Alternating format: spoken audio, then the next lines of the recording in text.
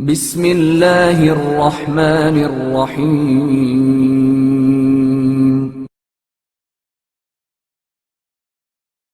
ایک سیدہ اور عبداللہ ابن مبارک۔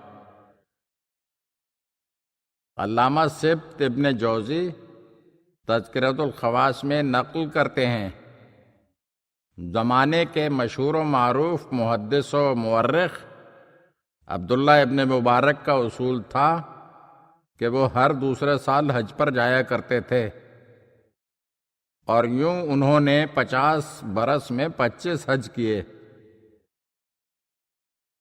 ایک سال وہ حج کے لیے جا رہے تھے کہ راستے میں انہوں نے دیکھا کہ ایک عورت مردہ مرغی کے پر جدا کر رہی ہے۔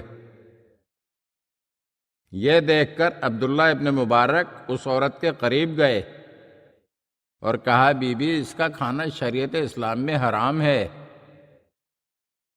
عورت نے کہا، آپ جائیں یہاں سے، جس چیز کا آپ سے کوئی تعلق ہی نہیں ہے آپ اس کے متعلق کیوں گفتگو کرتے ہیں؟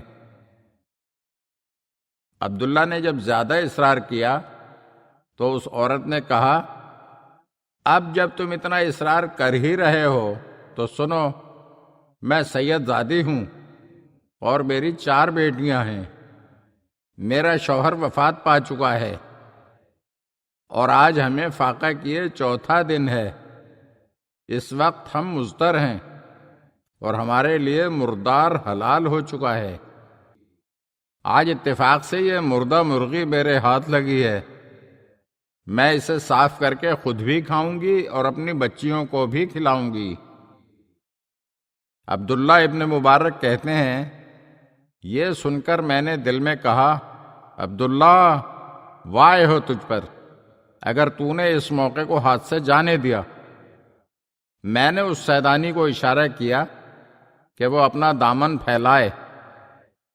جب اس نے اپنا دامن پھیلایا تو میں نے حج کے زاد راہ کے طور پر جو درہم ساتھ لیے ہوئے تھے وہ سب کے سب اس کی جھولی میں ڈال دیے۔ اس سید زادی نے مجھ سے وہ رقم لے تو لی، مگر اس کے چہرے پر شرمندگی اور ندامت کے آثار ظاہر تھے۔ سید زادی رقم لے کر اپنے گھر روانہ ہوئی اور میں حج کیے بغیر اپنے گھر آ گیا، اور اللہ تعالیٰ نے اس سال میرے دل سے مکہ معظمہ جانے کی خواہش ختم کر دی۔ جب حاجی مکہ معظمہ سے واپس آئے تو میں اپنے اہل شہر کو مبارکباد دینے کے لیے گیا۔ وہاں جو حاجی بھی مجھ سے ملتا مجھے حج کی مبارک دیتا اور کہتا کہ تم فلاں مقام پر میرے ساتھ تھے، اللہ تمہارا حج بھی قبول فرمائے۔ میں حجاج کی یہ باتیں سن کر انتہائی غمگین ہوا، اور اس رات میں نے ایک عجیب خواب دیکھا۔ عالم خواب میں جناب رسالت مآب صلی اللہ علیہ وآلہ وسلم کی زیارت نصیب ہوئی تو آپ صلی اللہ علیہ وآلہ وسلم نے مجھ سے فرمایا، تو نے میری اولاد میں سے ایک بچی کی مدد کی ہے تو میں نے اللہ سے تیرے لیے دعا مانگی، تو اللہ نے تیری شکل و صورت کا ایک فرشتہ پیدا کر دیا جو ہر سال قیامت تک تیرے لیے حج کرتا رہے گا، اور اب تمہاری مرضی ہے کہ آئندہ تم حج پر جاؤ یا نہ جاؤ۔